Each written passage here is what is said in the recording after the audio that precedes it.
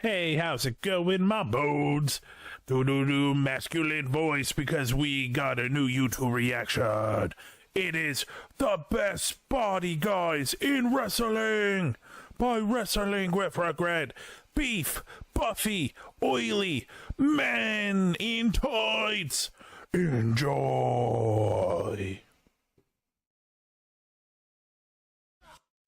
So, Wrestling with Regret, the best body guys in pro wrestling. Get ready for a lot of beef. We're about to watch oily men. Let's get it. Yeah. There's an old familiar saying that applies pretty well to professional wrestling. Size matters. Yeah. But it's not always the case. Yeah. Ask anybody who's been in the business long enough or has an... Wasn't even a good offer. They tried to sell me for a nickel. Okay, well, now you need to teach them, haggling and, pricing. eye for talent, and they'll tell you physical appearance is not the biggest factor to success in wrestling. No, it isn't. Technical, like vocal, high flying, but there is one man that loves a big buffy man. But it don't hurt either. Bulging biceps, rippling quads, and washboard abs are all part of the wrestling package. It's been that way for decades. Some, more than others, are lauded for their physiques above anything else. But what about those who are able to transcend the stereotype of the overly ripped but under-talented musclehead, and who prove that they were as adept at the... A lot of these people would go to court in the 90s for steroids, by the way. ...art of pro wrestling as they were at clangin' and bangin'. This week, I'm gonna rank them. My top 8 picks for the best body guys in wrestling history. Who do you think belongs on here? Let me know in the comment section, but for now, enjoy the countdown. Number 8, Batista. In an alternate timeline, being part of the Natural Born Thrillers could have been the career highlight for our next entry. Dave Batista's story began in the late 1990s. Check out the Pando Pet Cafe to play with me. Power Plant. Their head trainer, Buddy Lee Parker, told the big man that he would never be a star in wrestling. Considering some of the guys from there who did get pushed, maybe the Sarge didn't have the best instincts. But Bats pushed forward to pursue his dream, finally getting signed by the WWF in 2000 and sent to Ohio Valley Wrestling. Of all the future legends who came from Louisville during this time, it was Batista who probably had the body best suited to Vince McMahon's tastes. Considering where the business was at the time and where it was headed, Dave's physique was a throwback to the kind that almost went away after the steroid trial. I mean, those veins, man. Those gnarly, yet captivating veins. Ugh. After an unfortunate debut in 2002 as Reverend Devon's deacon, Batista eventually got repackaged as Muscle for Triple H's hip new group Evolution along with Ric Flair and Randy Orton. And the rest, as they say, is history. Bad creative ended up favoring Batista as Randy Orton's botched face... Damn! Look at this man. Look at these muscles. Look at this shine. Look at those... Well, you can't see the abs. Look at the abs. This is a future... Guardians of the Galaxy. Turn cleared the way for Dave being next in line to face Triple H in a much better storyline. To his credit, Hunter put Dave over huge in 3 consecutive main events. But soon after securing his place on top of the Raw Mountain, the Animal was moved into the 1B slot of the babyface hierarchy behind John Cena. The 2 champions traded shows, and Batista became a cornerstone of SmackDown for the latter half of the 2000s. Dave had an indelible charisma that made up for most of the shortcomings he may have had in the ring. It's worth mentioning how impressive it is that he became as successful as he did despite starting at a relatively late age. Then again, having a build like his can make one overlook such things. But what truly impressed me was the range he had as a character, especially in 2010 when he turned heel and went full douche. It was sort of novel to see him with the babyface shackles off for a change and portray himself as a smug, entitled bully. This is not about you. This is about me being in the spotlight where I deserve to be. While his 2 big returns to wrestling, both his comeback in 2014 that got cut short in favor of the Yes Movement and his final match against Triple H 5 years later didn't exactly live up to the hype, Batista's rise to prominence wouldn't have been what it became were it not for his trademark physique that made people turn their heads. Number 7. I will say, he also has one of the best, stupidest moments where he's talking to another wrestler and like they're setting up a match and the other wrestler destroys a basketball, and he's like, it's cool that you can do that to a basketball, but this weekend you're not fighting a basketball, you're fighting someone that can fight back. And to this day, it's just stuck in my head. Paul Orndorff. With the body of an ice sculpture and a look of meanness that could scare most fans away, Paul Orndorff's capacity for violence was made even more frightening by his impeccable appearance. Never be like me no matter what happens. So don't get that in your mind. You'll never look like me. After forging his skills in the major NWA territories, Orndorff surfaced in the WWF in late '83, flanked by Rowdy Roddy Piper, who, believe it or not, was initially intended to... His face also looks like they have muscles. ...only be a manager until he got over so well they just had to put him in the ring. Orndorff and Piper were the classic heel pairing, a caustic combination of muscle and mouth. It led to them headlining the first WrestleMania, where they faced Hulk Hogan and Mr. T, with Orndorff taking the fall. Piper and Bob Orton Jr. put the blame on Paul for the loss, prompting him to turn face and befriend the Hulkster. But over the year-long course of their friendship, Orndorff... Yeah, Mr. T was in the main event of the first WrestleMania. Partly because Hulk Hogan and Mr. T met on Rocky III. Also, celebrityism in WWE was at an all-time high with the Rock and Roll Experience on MTV. Yeah, it's a whole thing. Felt increasingly frustrated by living in Hogan's shadow. Can you blame him? Hogan no-showed his own commercial shoot, and Mr. Wonderful had to stand in for him. An exercise poster, and even Hulk's own workout tape. Orndorff dramatically turned on Hogan in July of '86, which set off one of the hottest house show crowds in history at the big event in Toronto. What was expected to draw maybe 25,000 fans suddenly brought in more than 64,000, and the first $1 million gate in North American history. The success of the event gave Vince McMahon the confidence to book the Pontiac Silverdome for WrestleMania 3, an event that Paul ended up missing due to a neck injury. No. He worked through the injury to avoid missing big paydays, but in doing so, it led to the atrophy of the muscles in his right arm. After wrapping up his time in the Federation and even entering semi-retirement, Orndorff eventually found success in WCW during the 1990s, where he'd win the TV title before eventually retiring and becoming an agent and trainer at the power plant. Orndorff is undoubtedly one of the most important figures in the Federation's rise from regional territory to national phenomenon, but because he played second fiddle to Piper at the first WrestleMania and never got that big singles blow-off match with Hulk Hogan, he is woefully forgotten by many modern fans. But at least he holds the distinction for having the greatest theme in WCW history. Oh my God! Why so long on the crotch? Why so long on the crotch?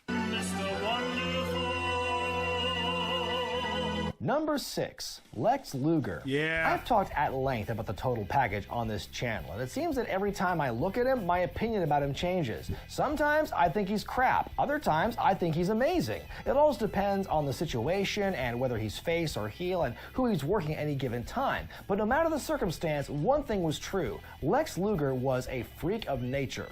Lex got off to a hot start in the Florida territory nearly 40 years ago and was almost immediately hyped as wrestling's next big star. He was often compared to Hulk Hogan, even though on his best day, the Hulkster's physique could never match that of Luger's. Luger got a taste of the Hogan treatment once he broke away from the Four Horsemen, but his career was somewhat stymied when he failed to win the big one from Ric Flair. Luger would eventually become a main eventer and continue to work for WCW until the early 90s before pivoting to the WBF and eventually the World Wrestling Federation. As I've mentioned before, Luger had the unfortunate task of trying to fill Hulk Hogan. I do want to bring up, so the WBF was Vince McMahon's idea of doing wrestling entertainment, but for bodybuilding. He created a bodybuilding WWE. It didn't go well. Hogan's shoes as the top babyface, but a ham-fisted patriotic face turn and non-committal booking ended up being his downfall. In another timeline where Luger won the belt against Yokozuna at SummerSlam 1993, his time there would have been looked at much more favorably. Luger would finally get his big conquering hero moment in August of 1997 when he beat the dreaded Hollywood Hogan to take the WCW title away from the New World Order, only for him to lose it back to Hogan less than a week later. Luger wasn't always the best worker or the best talker, but whether he was a white meat babyface or an obnoxious, vain, and cowardly heel, he made you believe either way. Years of start-stop booking and enough face and heel turns to make the Big Show blush really hurt Lex in the long run, but his commitment to his body kept him employed for a very long time. When you think of the best wrestlers with the best physiques, it's hard not to include the total package on this list. Number 5. He had a good body. Hulk Hogan. Now, Hogan was never absurdly ripped, not like some of the others you'll see on this countdown. But when a good chunk of your gimmick revolves around your, well, Hulkish physique, what you gonna do? Whether he was the Hulkster or even back to when he was... Yeah, like, don't get me wrong, dude was strong, but compared to everyone else, this is dad bod.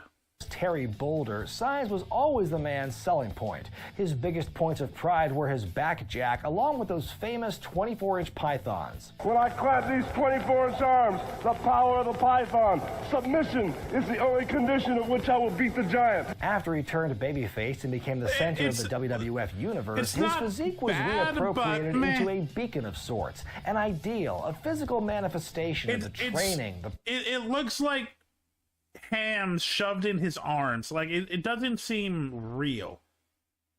And that's because most of it is steroids. Prayers and the vitamins. The path to self-realization for all his little Hulkamaniacs to follow. Yay, praise be to the Hulkster. Whenever Hogan made a new friend or was getting ready for a big match, it was always centered around his intense fitness and nutrition regiment. Whether it was pumping iron for his showdowns with Andre the Giant or King Kong Bundy, training Mean Gene Okerlund, or nursing his buddy Hillbilly Jim back to health, the Hulkster was all about counting reps and managing macros. He even wanted to help the little maniacs with his patented home workout set with cassette tape. Exercising just before you go to sleep sometimes causes you to stay awake longer than you would like. And exercising immediately after a meal is bad for your body. Imagine the heartbreak when fans learned that Hogan's incredible body wasn't just the result of hard work and discipline, but with an assist from chemical agents. Yep. Hogan and his pythons helped lift the wrestling business to new heights in 2 different decades. In fact, for a while, the state of the business was directly in proportion to his physique. Mythically proportioned Hulk from the 80s, business is booming. But once he's off the gas from 93 to 95, the frickin' dark ages. For years, Hogan was considered the gold standard, an ultimate combination of size, ability, and showmanship. But truthfully, Hogan wouldn't have been the man he was if not for this man. Number 4, superstar Billy Graham. Yeah. If Hulk Hogan is the great oak upon which the boom of wrestling bloomed, then superstar Billy Graham... You just missed a lot of meaty men and steroids. Is the acorn. Originally a bodybuilder, Graham was one of the early pioneers of steroid use in professional wrestling. Oh yeah, no, this isn't even... He isn't even hiding. Billy Graham was on a lot of juice. Slowly changing the standard for wrestling physiques. Whereas men like the Crusher and the Bruiser represented an older style, Graham was seen as the future, perhaps a bit too ahead of his time. While Graham was far from the most dynamic worker in the ring, his charisma, physical presence, and incredible rap on the microphone more than made up for it. In the greatest shape of my life, stronger, faster, better looking, not a... The cameraman is really focused on his titties. Scratch, not a blemish. Graham set the Worldwide Wrestling Federation on fire in the late 1970s, shocking the world by beating Bruno Sammartino for the heavyweight title. He broke another mold by holding the belt for a whopping 10 months, unheard of for heel champions at the time. His career post-championship was somewhat of a mixed bag. We've spoken here before about his Karate Master gimmick, and his staunch stance against Vince McMahon in his later years seems to ebb and flow depending on which way the wind blew.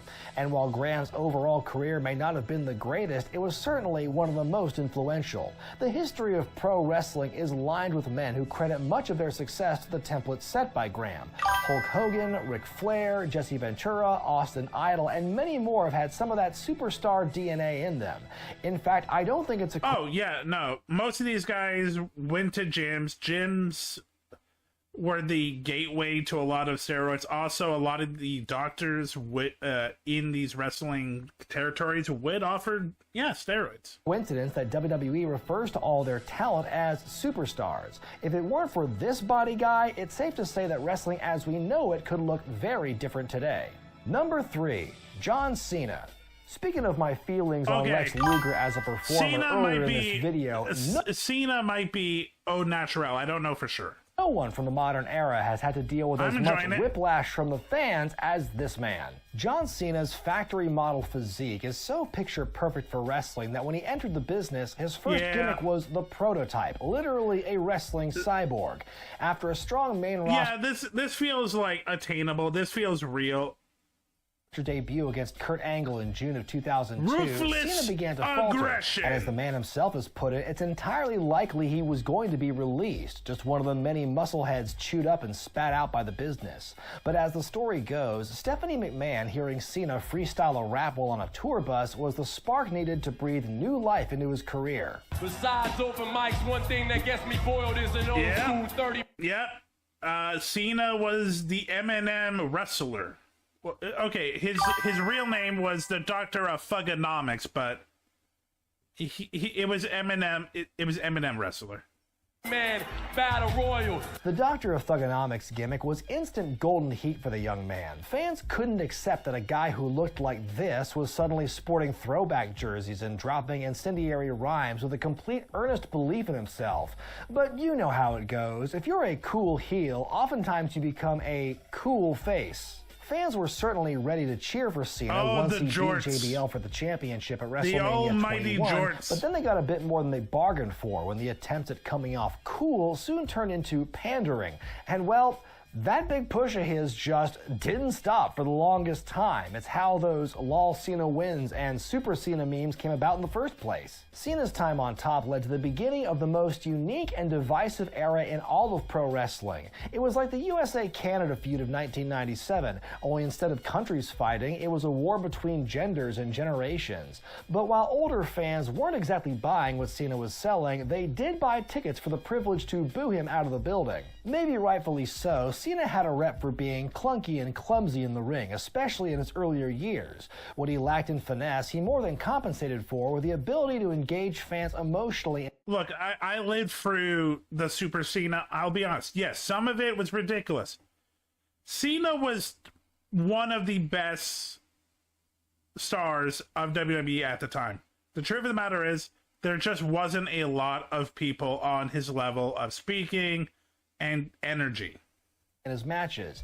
And over time, even though fans may have hated his Hogan-esque booking, it was hard to deny that his in-ring work had gotten much better. Fast forward to 2024, and now whenever Cena shows up, it's a joy. He's perfectly happy working in Hollywood and is no longer overexposed in WWE. The boos and John Cena sucks chants replaced with He truly is, honestly, like, a lot of wrestlers have proven that they can be good actors. Cena, I think, might be the best wrestler turn actor, performance-wise. I think he, like, The Rock is a great action hero. Batista can have some comedy. Cena can do comedy, he can do action, he can do drama. Like, dude is he is an actor.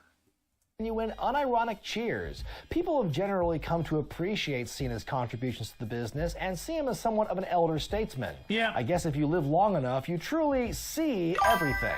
Number 2.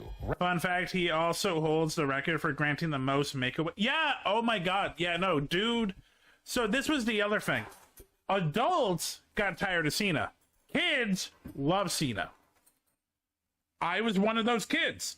I grew up loving Cena. And look, do I think that Super Cena got ridiculous sometimes and definitely caused other wrestlers to never grow? Sure. Do I think that the WWE needed Cena? Absolutely. 600? Good on you. Ravishing Rick Rude. There are a few wrestlers with a look that screamed 1980s more than the ravishing one. Yeah. With his thin yet chiseled build, the most Mustache. impressive set of abs in wrestling until John Mustache. Morrison came around, an anchor tattoo, a glorious permed mullet, and a manly mustache. Yeah, this man is the 80s. Rude was like a ripped version of infamous adult Oh my film god, look at those pants. Let me get this out of the way. Dude had a lot of pants with his face on it. This isn't even the worst. Dude had his full face right here in his crotch.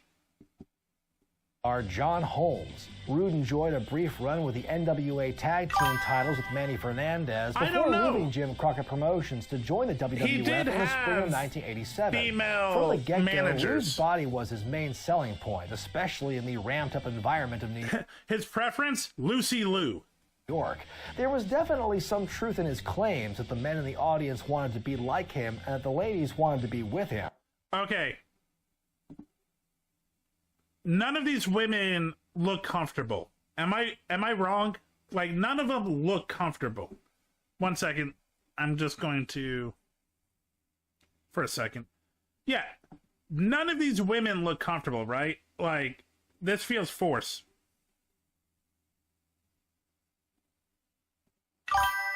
Rude's body was... He looks gay.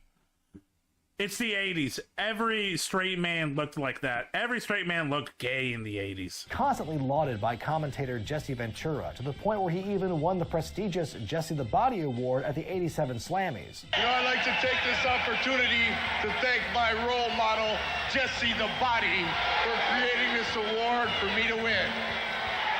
Rude's time in the Federation peaked during his recurring feuds with the Ultimate Warrior, once for the Intercontinental Championship and again for the WWF title. Rude left soon after SummerSlam 1990, and before long he was making waves again, only this time in WCW. Managed by Paulie Dangerously, Rude was a rare outlier for having a far better run in WCW than in the World Wrestling Federation. Over the course of 1992 and 93, Rick would have a mammoth run with the U.S. title and would also hold the WCW International title, aka the Big Gold Belt, multiple times. Rude continued to wrestle until suffering a career-ending back injury during a match in Japan with Sting. Though his career did stop abruptly, and it's hard to imagine where he would have fit into the Hulk Hogan and Friends era of WCW that would arrive just a few months later, Rick Rude undoubtedly surpassed the constraints of his original gimmick to become perhaps the most effective heel of the early 90s. And I take back what I said about Orndorff. This guy had the best theme in WCW. Okay, this one I'm kind of down for. I kind of love this one. Before I reveal my pick for the best body guy in wrestling's history, here are a few well-defined honorable mentions. Bruno Sammartino. Not exactly a body guy in the way that Billy Graham was a body guy, but Because Bruno was one of natural. those types who lifted concrete barrels and did 1,000 squats before sunrise ever since he was a child, so it's no wonder he was built like a tank in his prime. Unlike the superstar, Bruno not only espoused the joys of fitness and exercise, but in doing so the natural way. Also very hairy. Boring.